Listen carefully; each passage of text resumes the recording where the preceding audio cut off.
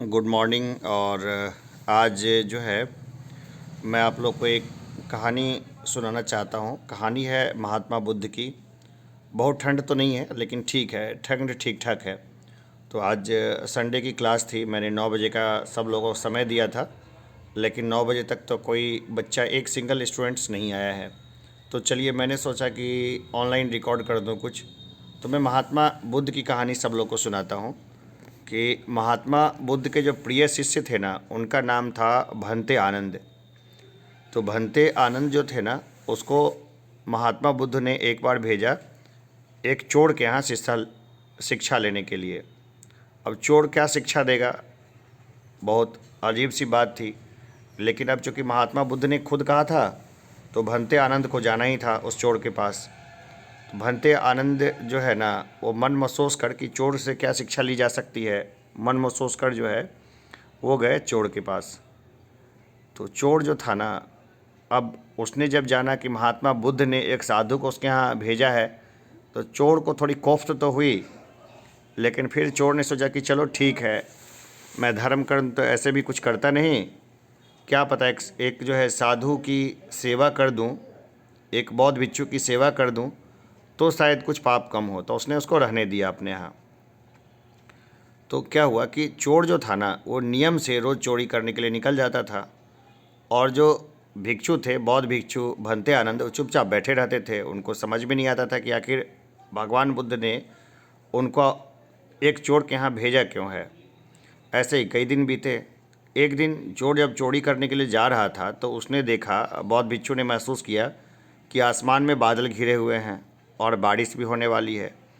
तब तक जो है ना, चोर के प्रति जो है एक सहानुभूति आ गई थी भंते आनंद के मन में।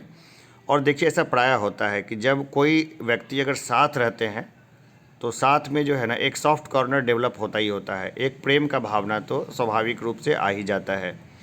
तो अब जो सॉफ्ट कॉर्नर जो डेवलप हो गया था, थोड़ा सा मोह जिसको बोल सकते हैं, उसके वशीभूत होकर भंते आनंद ने चोर से निवेदन किया कि वो आज चोरी करने के लिए ना जाए, क्योंकि आज मौसम बहुत ख़राब है, हो सकता है कि बारिश भी हो जाए, रात भी अंधेरी है।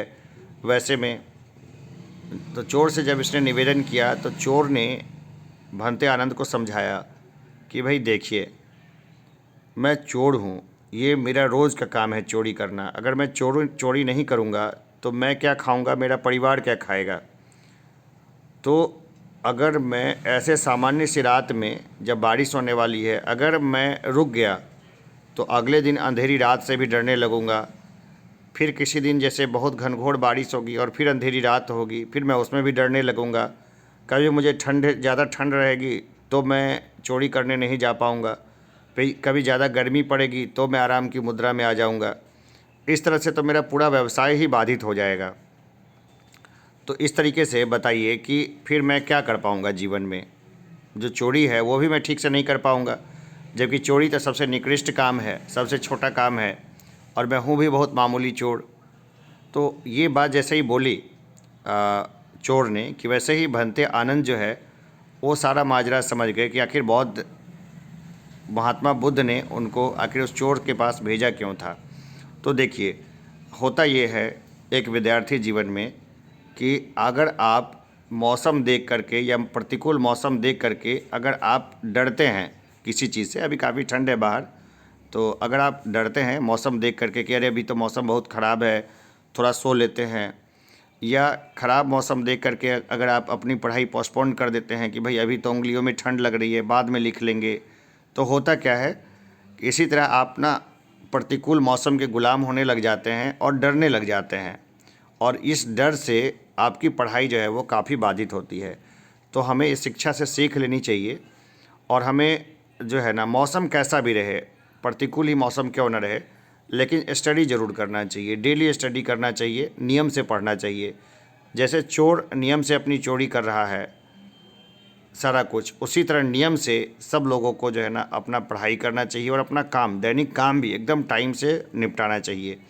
हम लोग मनुष्य हैं और हमें जानवरों जैसा बेतरतीब कभी नहीं रहना चाहिए। एक तरीके से जीना हमें मनुष्य बनाता है। तो चलिए आज की कहानी मैं इतना ही रखता हूँ। उम्मीद है कि छात्र लोगों को कुछ समझ में आया होगा। तो अभी के लिए इतना ही रखते हैं। जय हिंद। बाकी ऑनलाइन में कुछ मैं कंटेंट देता रहूँगा। फिर मिलते हैं एक ब्रेक के बाद। जय हिंद। धन्यवाद।